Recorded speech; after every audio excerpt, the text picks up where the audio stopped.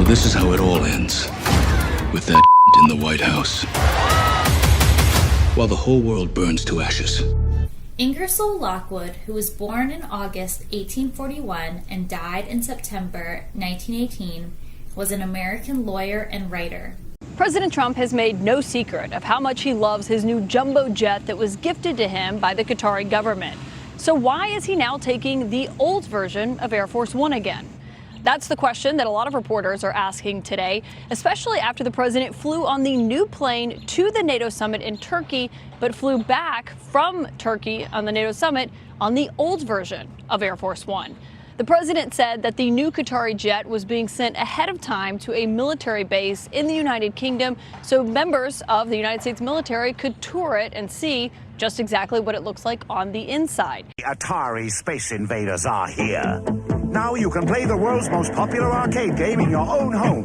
Space Age action on your own TV screen. Plus, all the excitement of a Western shootout. All the fun of basketball. The drama of an air-sea battle. More games than any other video computer system. Atari, out of this world action from your nearest stockist now.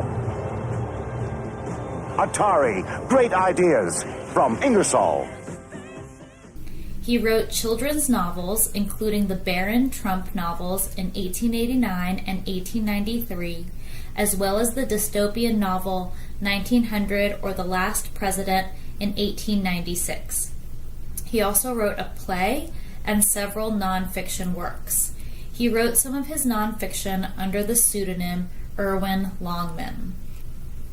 Lockwood was born in Ossining, New York, the son of Munson Ingersoll and Sarah Lewis Lockwood.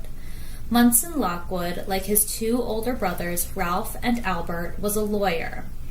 However, Munson primarily achieved prominence during his military service and civic activism. He was a general in the New York State Militia and commandant of its 7th Brigade. Scenes of New York militias featured strongly in his son's book 1900 or The Last President. A great admirer of the Hungarian statesman and freedom fighter Lajos Kossuth, Manson actively raised funds for him in New York. Freedom fighters and European heroes such as Baron Trenck made an immense impact on Lockwood and other writers of the time. Austrian guerrilla leader in the 1700s, skilled at hit-and-run attacks, Baron Franz von der Treck was listed as one of Tom Sawyer's heroes by Mark Twain. He was also highly thought of by Ingersoll Lockwood. Trenck's mummified remains can presently be seen on display in the crypt of Brno's Capuchin Monastery. Lockwood's father was also one of the founders of Ossining's First Bank and Dale Cemetery, where Ingersoll would later be buried, and served as the warden of Sing Sing Prison from 1850 to 1855. Lockwood had two brothers, Henry Clay Lockwood, named for his father's friend, Henry Clay, and Howard Lockwood. Like his father and uncles, Ingersoll Lockwood trained as a lawyer, although his first official position was as a diplomat. In 1862, he was appointed consul to the Kingdom of Hanover by Abraham Lincoln. At the time, he was the youngest member of the U.S. consular force and served in that post for 4 years. This was a good place for an American to be during the bloody Civil War. The terms of the Congress of Vienna in 1814 not only restored Hanover, but elevated it to an independent kingdom with its prince-elector, George III of the United Kingdom, as King of Hanover. The new kingdom was also greatly expanded and became the 4th largest state in the German Confederation, behind Prussia, Austria, and Bavaria, and the 2nd largest in northern Germany. During Lockwood's tenure, the Kingdom of Hanover was enjoying peace after an attempted coup in 1848. In 1866, when Lockwood left his post, the Kingdom of Hanover attempted to maintain a neutral position, along with some other member states of the German Confederation. Hanover's vote in favor of the mobilization of Confederation troops against Prussia in 1866 prompted Prussia to declare war. The outcome of the war led to the dissolution of Hanover as an independent kingdom, which was annexed by the Kingdom of Prussia and became the Prussian province of Hanover. Along with the rest of Prussia, it became part of the German Empire in 1871. This was the international chaos that Lockwood left behind when he returned to New York City in 1866. Napoleon, Alexander the Great, Donald Trump. We're all cut from the same cloth.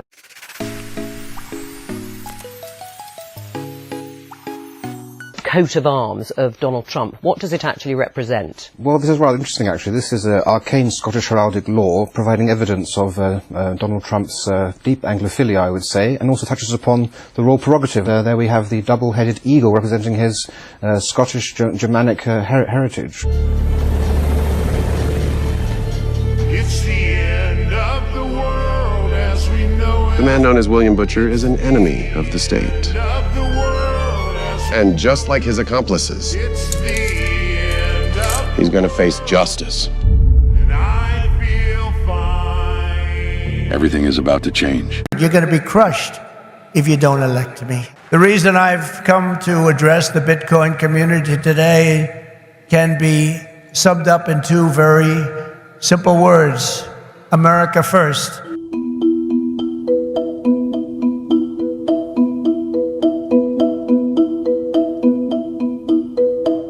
If crypto is going to define the future, I want to be mined, minted, and made in the USA. It's going to be. It's not going to be made anywhere else.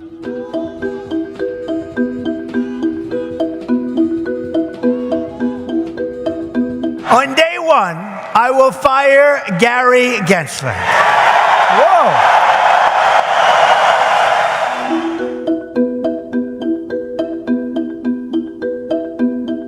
Is about to launch a new form of digital ID that means you'll never have to hand over your personal details to anyone again.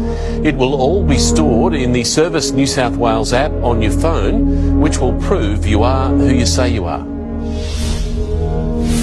Scanning his licence, passport and Medicare card, in less than 3 minutes, the minister proves he really is Victor Dominello. This is unquestionably the Holy Grail. Number 8, we will finally complete the biometric entry-exit visa tracking system, which we need desperately. This is your first look at the state's new digital ID. This is a huge step forward in giving back people control over their data, control over their identity. Personal credentials will be stored on your device. The greatest trick the devil ever pulled was convincing the world he didn't exist.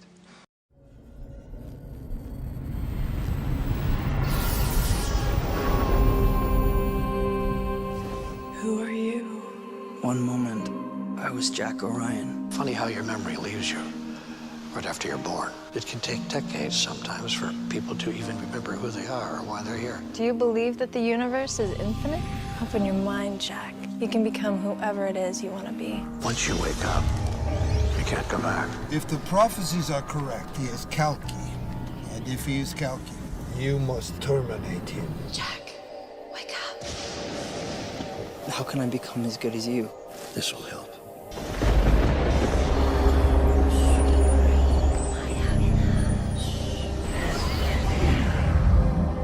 Are you ready to wake up? Thought I was awake. If I succeed, then the human race can return to a time of splendor, time of wealth, time of happiness. This is a revolution of the spirit. What if they don't want to hear the truth? They don't, Jack. What do you think we're sending you?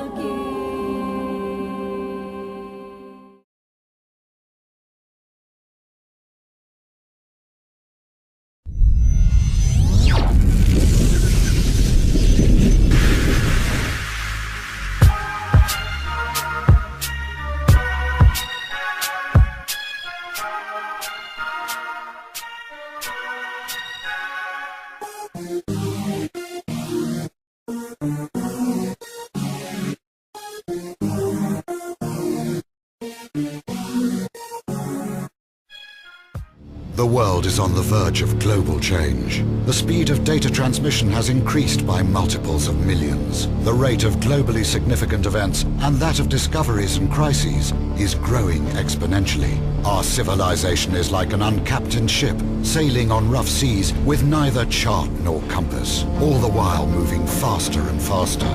The time we have to make the right decisions is shorter and shorter. We are facing the choice to fall into a new dark age, into affliction and degradation, or to find a new model for human development and create not simply a new civilization, but a new mankind. Historic crises show that to break the deadlock, we need technological revolution. It is clear that today's revolution will also require the deepest social transformation. The world's community and leaders should encourage mankind, instead of wasting resources on solving momentary problems, to focus on the technologies of the future: nanotechnology, biotechnology, information technology, cognitive technology, genetics and robotics. Doing so will allow us to find new sources of energy, create fundamentally new architecture and transportation, allow unprecedented developments of human cognitive abilities, refine artificial intelligences and brain-computer interfaces, simulate complex systems, create humanoid robots and cyborgs, and with the help of nanorobots, we may develop manageable matter. Find ways to transfer one's personality to an artificial carrier. Yet what we need is not just another technological revolution, but a new civilizational paradigm. We need new philosophy and ideology, new ethics, new culture and new psychology, and even new metaphysics. We must reset our limits, go beyond ourselves, beyond the Earth, and beyond the solar system. This is an adequate response to the challenges of our time. Thus, new reality and future man will arise. Could it happen spontaneously, by itself? Unlikely. Humanity does not have a master plan of its development. It seeks stability. It lives in the present and does not plan. It preserves the status quo and tries to escape development. It does not tend to map future centuries and take responsibility for evolution. In consumer society's culture, there is no evolutionary vocabulary and rhetoric. No IDs need to be handed over. And that means keeping your address and birth date to yourself. If you need to hire a car, rent a property, set up a bank account, check into a hotel, or prove you're over 18 to buy alcohol or attend an event. But how can it trust you are who you say you are? Well, you'll need to take a selfie, which will be cross-checked against other forms of ID you've submitted, and when there's a match, you're good to go. Together, we are expanding access to transportation. Seems like maybe it's a small issue, it's a big issue. You need to get to go and need to be able to get where you need to go to do the work and get home. For years, Congress has required biometric entry-exit visa tracking systems, but it has never been completed. The politicians are all talk, no action, never happens, never happens. Just put your hand under the scanner so I can verify your career chip. Calcutta, we have a problem. Delivery boy, I must have mixed up the chips. It's a simple... Oh, here's our cryogenic counselor. In my administration, we will ensure that this system is in place. And I will tell you, it will be on land, it will be on sea, it will be in air. We will have a proper tracking system. I will appoint a new SEC chairman who believes America should build the future, not block the future, which is what they're doing.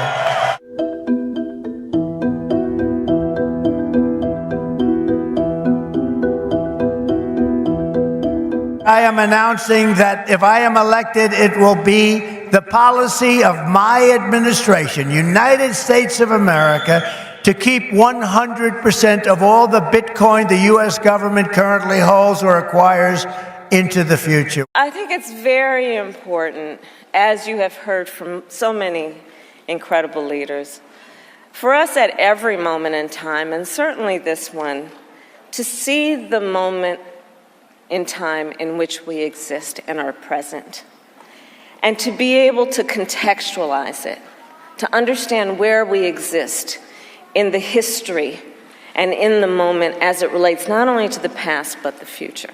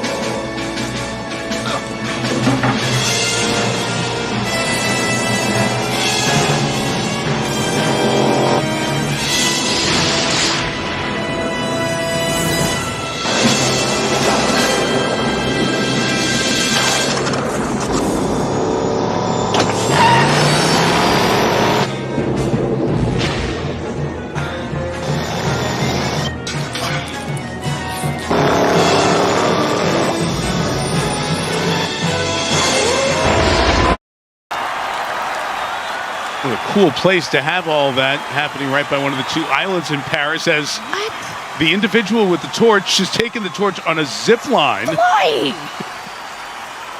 That is so cool! Oh, All this Mission Impossible, y'all! all this happening right around.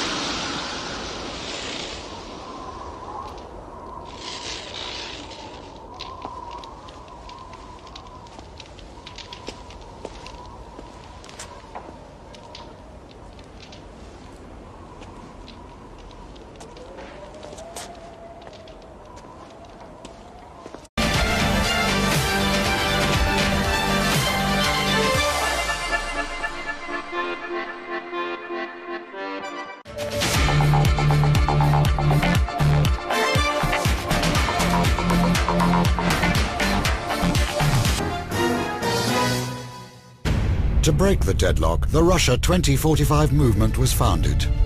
It is a mega project intended to reach new heights and meanings.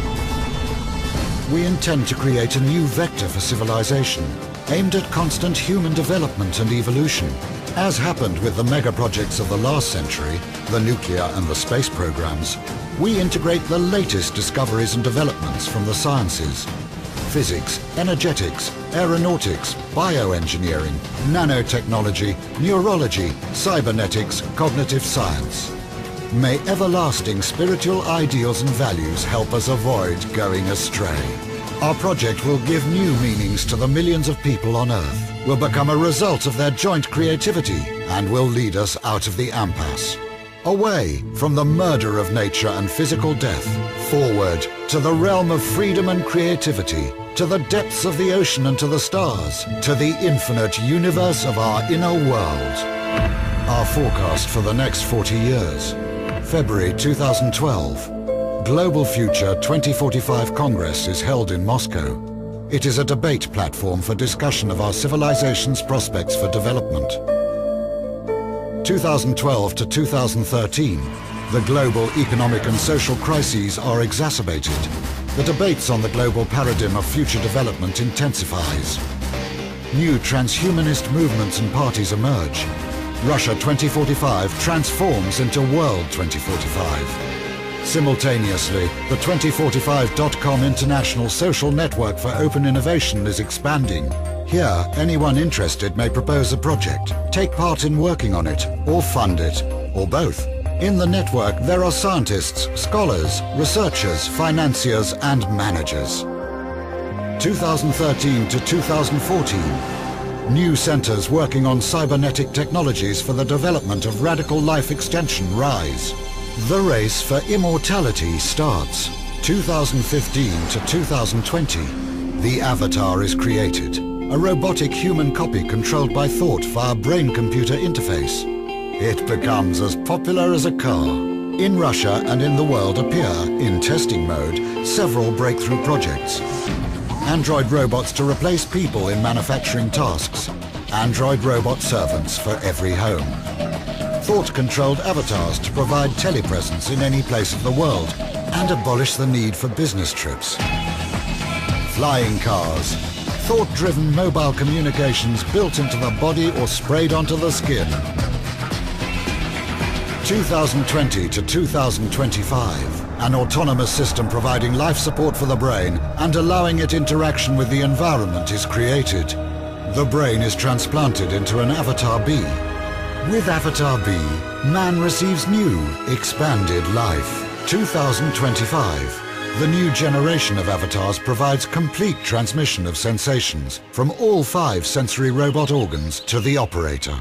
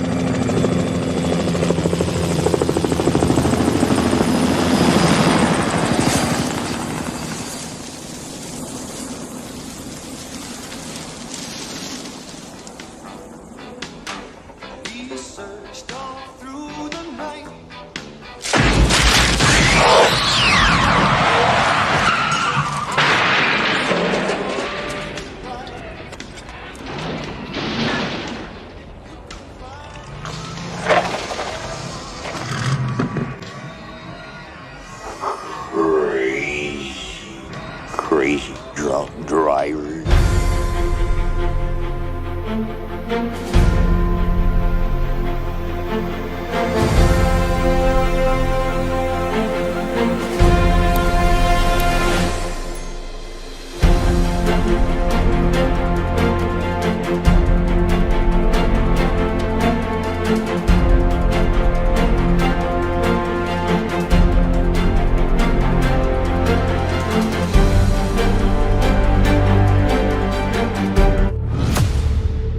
It's up to us to see this through. I don't think you want to do this. Get out of my way. Homelander needs to die. That's it, whatever it takes. If your boy goes through with this, thousands will die. What have you done? Scorched earth. The tentacles reached far back into the last century.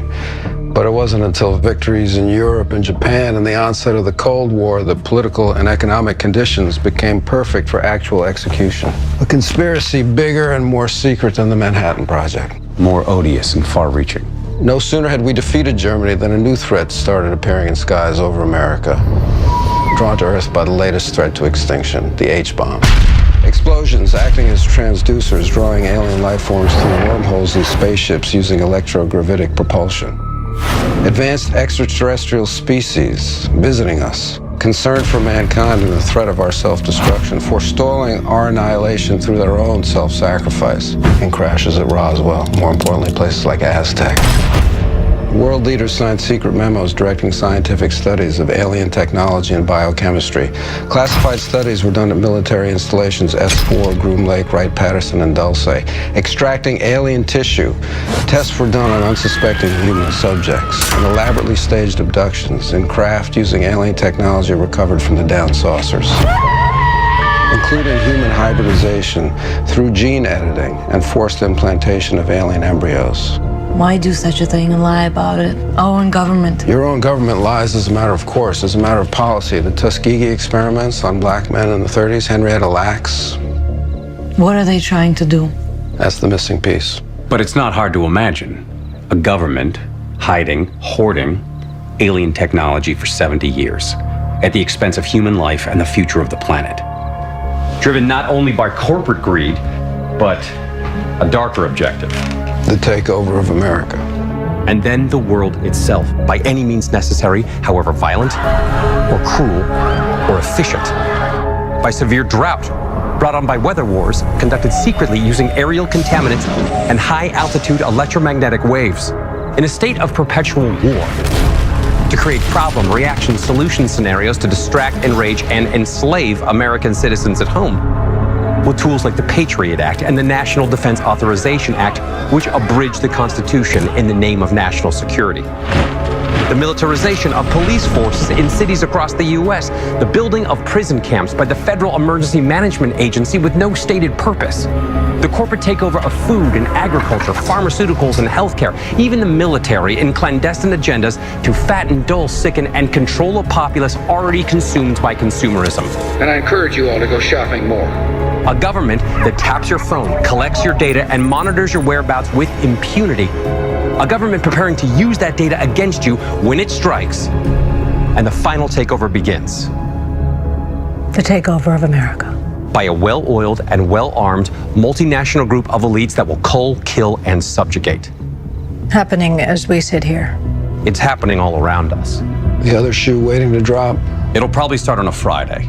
The banks will announce a security action necessitating their computers to go offline all weekend.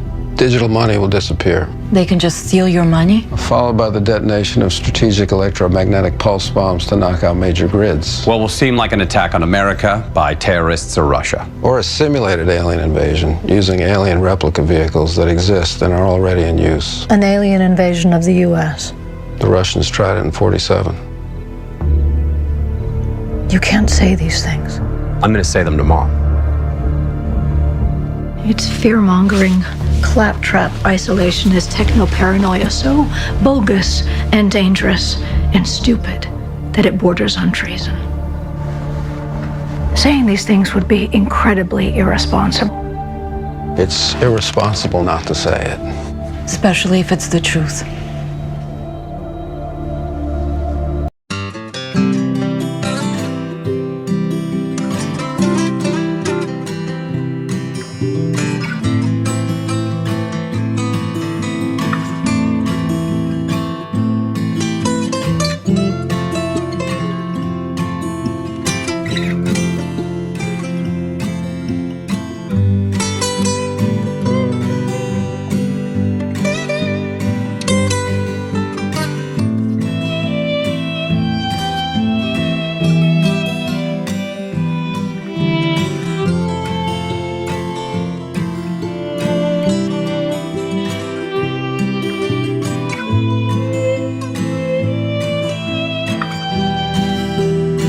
All right, buddy, good luck. Thanks for the lift. All right, man. Confidence, right? Yeah. All right, go get him.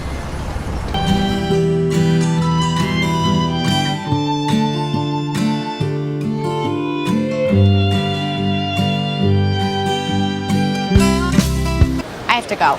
Can I come? Why? Why? You know, for like moral support. I just want to be there for you. Well, I can't stop you. Oh, all right, great. Your hair looks nice. Thanks.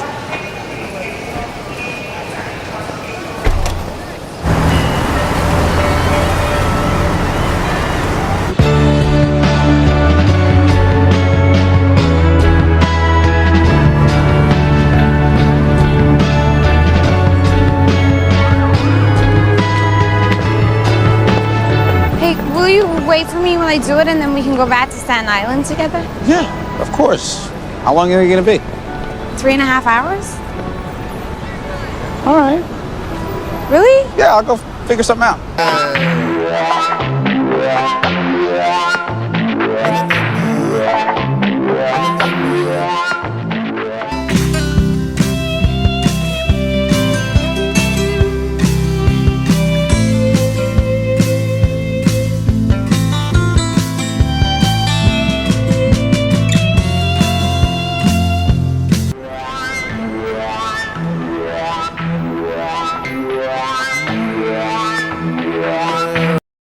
I've had property on Staten Island. In fact, when I grew up during the summers, I used to work on Staten Island. My father had Grimes Hill.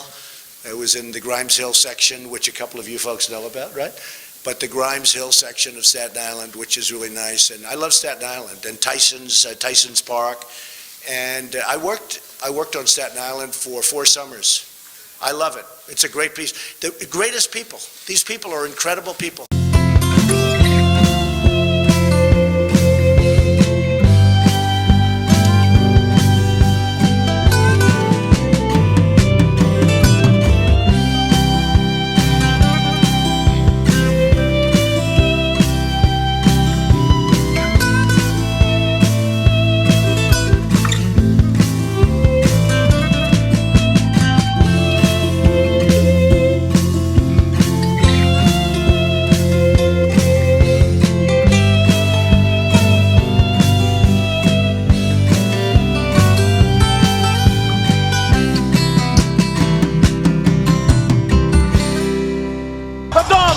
Here, live on Monday Night Raw. Hey, look at this! Donald Trump! Donald Trump! Donald Trump taking down Mr. Oh my God! The hostile takeover of Donald Trump. Could this be America's last election if Donald Trump wins? Listen to what the former president told a Christian group at the Turning Point USA Believers Summit in West Palm Beach. The former president telling the crowd that if they re-elect him to the White House, they won't have to worry about voting ever again. And again, Christians, get out and vote just this time. You won't have to do it anymore. 4 more years, you know what? It'll be fixed. It'll be fine. You won't have to vote anymore, my beautiful Christians. I love you, Christians. I'm a Christian. 2030 to 2035. Rebrain. The colossal project of brain reverse engineering is implemented. World science comes very close to understanding the principles of consciousness. 2035. The first successful attempt to transfer one's personality to an alternative carrier. The epoch of cybernetic immortality begins. 2040 to 2050. Bodies made of nanorobots that can take any shape arise alongside hologram bodies. 2045 to 2050. Drastic changes in social structure and in scientific and technological development. All the prerequisites for space expansion are established. For the man of the future, war and violence are unacceptable. The main priority of his development is spiritual self-improvement. A new era dawns. The era of neo-humanity.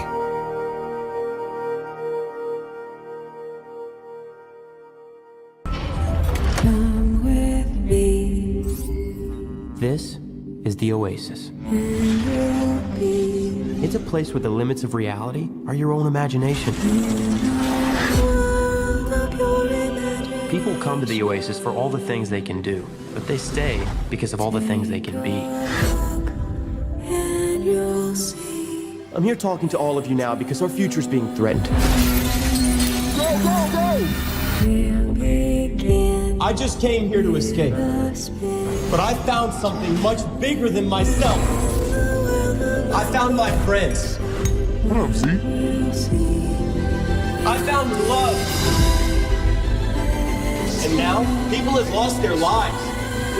No. This is war. We're in control of the future. Find him. Welcome to the rebellion, Wade.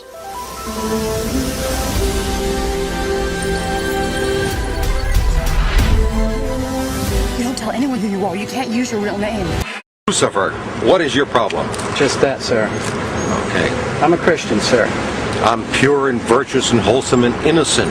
How can you say anything bad about me? Sir, you need to be born again. I am born again. Now, did you just say that you were Lucifer?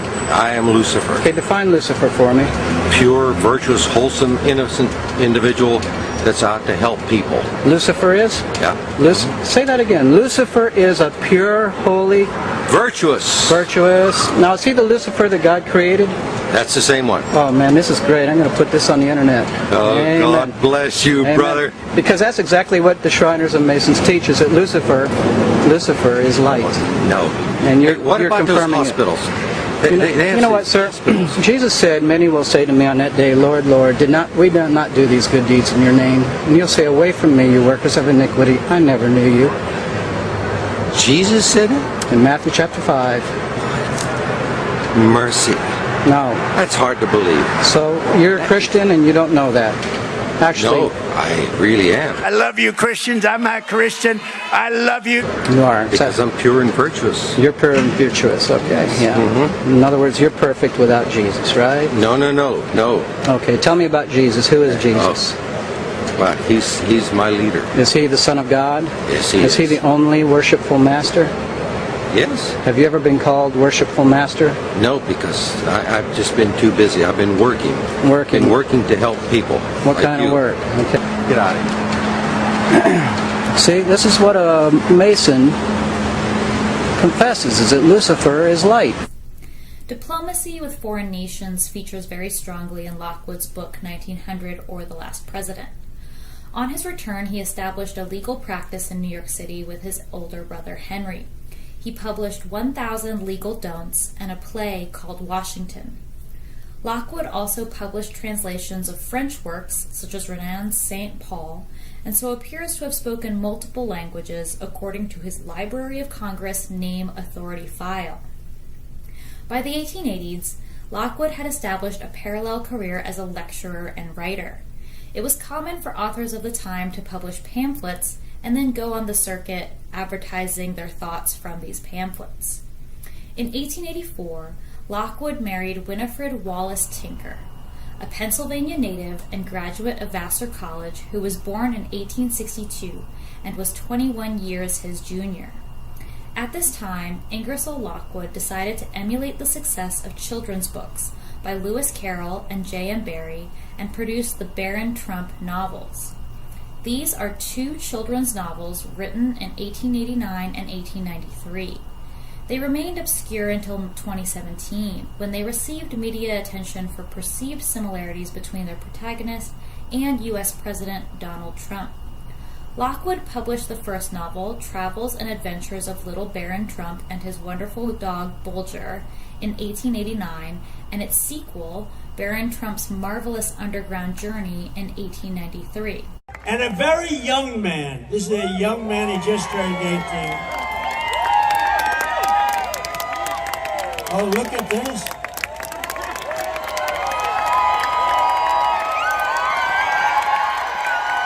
A very young man. He's now going to college, got into every college he wanted to, and he made his choice. And he's a very good guy, I'll tell you.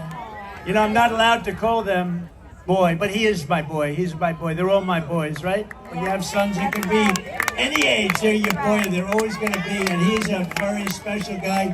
Baron Trump. This is the first time he's ever Baron. The novels recount the adventures of the German boy Wilhelm Heinrich Sebastian von Trump, a similarly long name to Baron Franz von der Trink, who was one of the heroes Lockwood admired, who goes by Baron Trump, as he discovers weird underground civilizations, offends the natives, flees from entanglements with local women, and repeats the pattern until arriving at Castle Trump, which is on 5th Avenue in New York City. Excuse me, where's the lobby? Down the hall and to the left. Thanks. Don't forget, John is great, and she is a great gentleman. He's now president for life.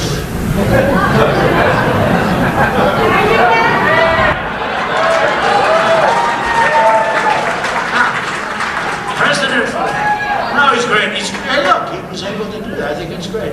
Maybe we'll have to give that a shot someday.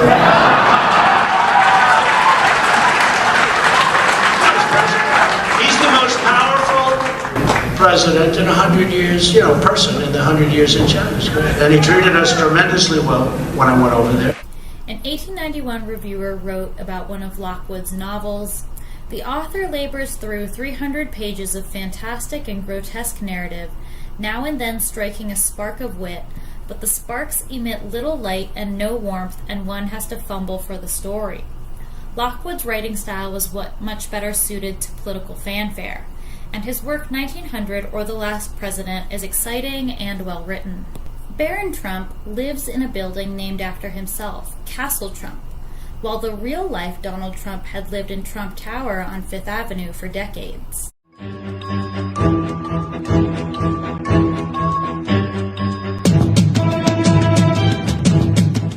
When Alan Dulles brought in all the Nazi scientists and so forth, they went to two places. They went to CIA and they went to the National Aeronautics and Space Administration, which in our world we call it not a space agency.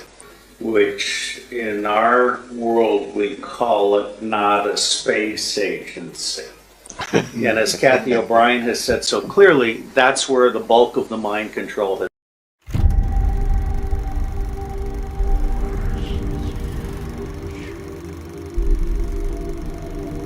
What is this? Newsreel film. It shows us winning the war. But we didn't win the war.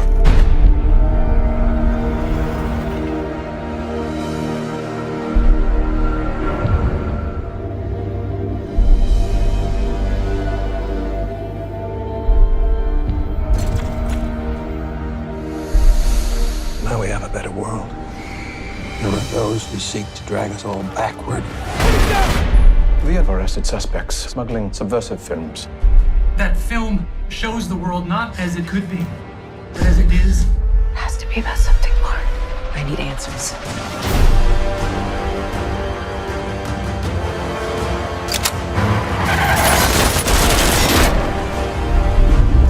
They're scared.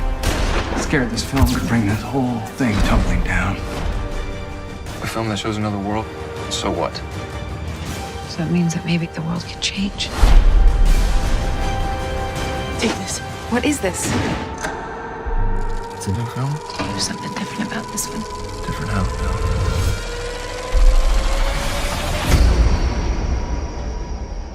Furthermore, Donald Trump's youngest son's name is Baron Trump. The Trump family immigrated to the United States from Germany in the 1890s and started speculating in real estate in Seattle in 1891. Before 1918, they had begun to purchase real estate in Queens. The last name Trump would not have been an uncommon one for Longwood to use, and the first name Baron harks back to respected Austrian hero Baron Trenck, which Longwood would have known due to his tenure as ambassador to a German kingdom. From a distance, Karlstadt looks like any other wine village in southern Germany. Everyone knows everyone else here, and people are proud of their local delicacies, stuffed pig stomach and wine made from regional grapes. But ever since a descendant of Karlstadt became the 45th President of the United States, longtime resident Angelika Bechtel tells us, things haven't been the same. It is astonishing how Karlstadt is now of interest to the world press. A member of one of the right-wing parties demanded that we give Donald Trump an honorary citizenship. Donald Trump's grandparents were both born here. And although the US president himself has never set foot in this village, many associate him with it. We've received letters asking, how does your village feel about Trump? And a group of tourists have used our answer to decide whether or not to come to Karlstadt, and that bothers us. This is not what we were hoping for. We are a very open-minded village. This is the house where Frederick Trump, Donald Trump's grandfather, was born and raised in the late 1800s. He lived here until he immigrated to the US. Frederick was 16 at the time, his father had just died, and he sailed off to New York on his own. Frederick Trump returned to his native hometown many times, and on one of his trips, he married a local woman.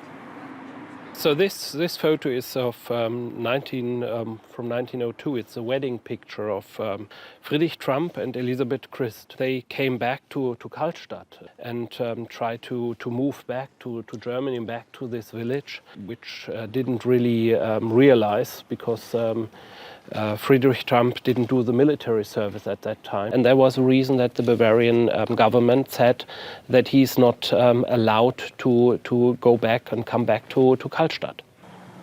At Karlstadt Cemetery, the legacy of the Trump family is everywhere. Had President Trump's grandfather not been deported back to the US, he may have been buried here too. And Donald Trump could even have been born and raised in this village. My, what a peculiar place to have a party. You know, Dinah, we really shouldn't be doing this. After all, we haven't been invited, and curiosity often leads to trouble. Goodbye, Dinah. Goodbye. I imagine that right now you're feeling a bit like Alice. Tumbling down the rabbit hole? Lockwood and his wife Winifred were divorced in 1892. That same year, she married Edward Rodolph Jones, a lawyer by profession and a litterateur by avocation. He was described in current literature as Winifred's kind and most sympathetic literary advisor because she intended to be an authoress. Jones was also another diplomat. During President Cleveland's administration, he was selected as counsel for Venezuela in their boundary dispute with Great Britain. Bang! 1, 2, 3! He's in! Patriots win the Super Bowl! No one knows who the Patriots really are. Even my instructions come from a cutout. But you're the president.